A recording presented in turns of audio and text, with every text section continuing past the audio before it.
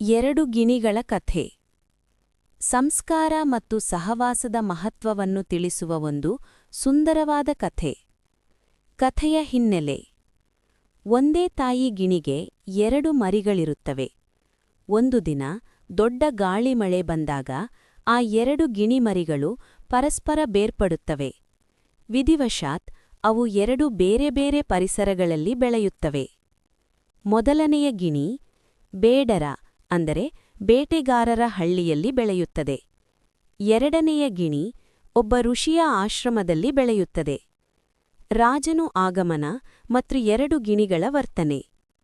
ಒಂದು ದಿನ ಆ ಪ್ರಾಂತ್ಯದ ರಾಜನು ಬೇಟೆಯಾಡುತ್ತಾ ಕಾಡಿನಲ್ಲಿ ದಾರಿ ತಪ್ಪಿ ಈ ಎರಡು ಜಾಗಗಳಿಗೆ ಭೇಟಿ ನೀಡುತ್ತಾನೆ. ಆಗ ಗಿಣಿಗಳ ವರ್ತನೆ ಹೀಗಿರುತ್ತದೆ. 1. ಬೇಡರಹಳ್ಳಿಯ ಗಿಣಿ. ರಾಜನು ಬೇಡರಹಳ್ಳಿಯ ಹತ್ತಿರ ಬಂದಾಗ ಅಲ್ಲಿನ ಮರದ ಮೇಲಿದ್ದ ಗಿಣಿಯು ರಾಜನನ್ನು ನೋಡಿ ಜೋರಾಗಿ ಕೂಗತೊಡಗಿತು. ಹಿಡೀರಿ, ಕೊಲ್ಲಿರಿ, ಇವನ ಹತ್ತಿರ ಬೆಲೆಬಾಳುವ ಆಭರಣಗಳಿವೆ, ಕಿತ್ತುಕೊಳ್ಳಿ. ಇದನ್ನು ಕೇಳಿದ ರಾಜನು ಬೆಚ್ಚುಬಿದ್ದು ಅಲ್ಲಿಂದ ಕೂಡಲೇ ಹೊರಟು ಹೋದನು. 2. ಋಷಿಯ ಆಶ್ರಮದ ಗಿಣಿ.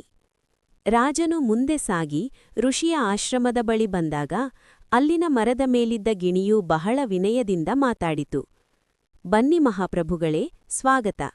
ಆಶ್ರಮದೊಳಗೆ ವಿಶ್ರಮಿಸಿ, ತಂಪಾದ ನೀರನ್ನು ಕುಡಿಯಿರಿ. ಮಹರ್ಷಿಗಳು ಸದ್ಯದಲ್ಲೇ ಬರುತ್ತಾರೆ. ಕಥೆಯ ನೀತಿ.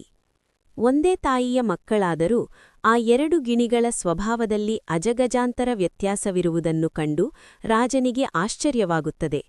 ಆಗ ಆಶ್ರಮದ ಗಿಣಿಯು ಈ ರೀತಿ ಹೇಳುತ್ತದೆ.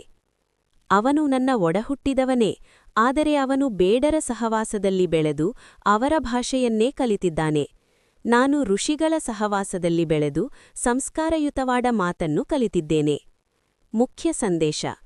ನಾವು ಯಾರ ಜೊತೆ ಇರುತ್ತೇವೆಯೋ ಅಂತಹ ಗುಣಗಳೇ ನಮಗೂ ಬರುತ್ತವೆ. ಸಹವಾಸದಿಂದ ಸದ್ಗುಣ, ಸಹವಾಸದಿಂದ ದುರ್ಗುಣ ಎಂಬುದು ಈ ಕಥೆಯ ಮೂಲ ಆಶಯ.